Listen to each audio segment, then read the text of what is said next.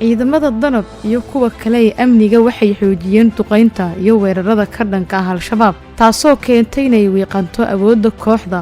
danab ayaa si gaar ah ugu warqabto dhalinyarada la marin habaabiyey waxaana ciidanku ka taageeraan dhalinyaradan inay soo baxsadaan oo ay ka fogaadaan nolosha halista iyo burburka ah kumaandooska danab waxay ka caawiyaan kuwa ka soo goosta al-shabaab inay helaan dhiirigelin si ay dib ugu laabtaan qoysaskooda iyo bulshooyinkooda sanadihii ugu dambeeyey ee ay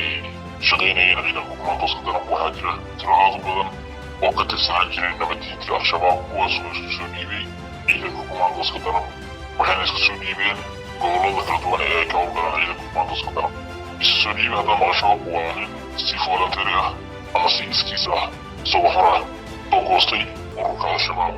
kadibna isku soo dhiibay ciidamada kala duwan ee xooga dalka soomaaliyeed iyo ciidanka nabadsuuda iyo booliska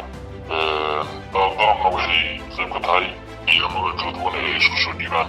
yuusuf ma ahan magaciisa dhabta ah oo ka tirsan danab wuxuu sheegay in qofka ka soo goosta al-shabaab ay kumaandooska danab mariyaan hannaan kala duwan oo uu ka mid yahay baaritaan dheeraad ah kadibna loo diro xarumo dhaqan celin ayagoo rafaadsan oo jir ahaan iyo maskax ahaan u duruufaysan ayay isu soo dhiibaan marka koowaad waxayna noo sheegaan inay fahmeen fikirkii khaldan ayay ku dhex jireen iyo been sheegidda ay al-shabaab ka been sheegayaan diinta islaamka iyo burcadiimeedka al-shabaab waa la dejiyaa waa nastaan waxa way dharka laga bedelaa cunno fiican ayaa la siiya caafimaadkooda la hubiyaa natiijada laga dhaxlay taageerada ay danab siiso dhalinyarada soo goosta waxaa ka mid ah in badan oo ka mid ah markii al-shabaab ay ka soo baxeen ay noloshoodu isbeddeshay halkan waa xarun dhaqan celin ah waxaana lagu hayaa dhalinyarada si iskooda uga soo tagay al-shabaab kadib markay u caddaatay in hadafkii ay markii hore u galeen uu beenoobay maskaxdii way bedeleen sideen ku raacay dul marka dhex joogaan fahmay waxay qaabkay yihiin iyo dad arxan daro oo shaqada arxan laabo inay yihiin aan ogaaday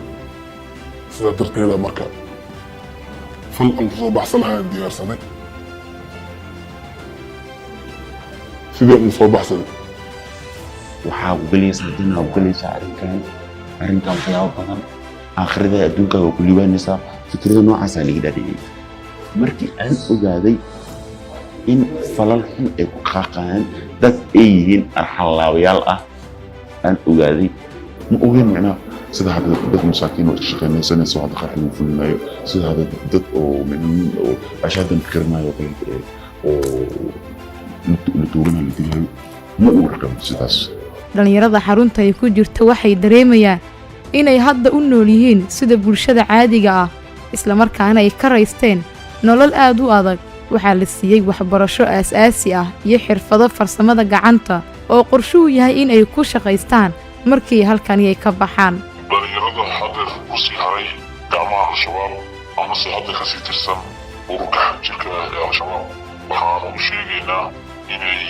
soo dhiibaan ay soo dhiibistu furan tahay haddii soo dhiibi waayaan waxaanu u sheegaynaa oo halka u gudbinaynaa in ciidanka kumaandooska danab ay ugu tegin godadka iyo jararka iyo meel kasta ama hawdka bannaan iyo meel biyaleba intaba in loogu tegi doono oo ciidanka kumaandooska danab ay bartooda ugu tegi doonaan marka hadda fursad bay haystaan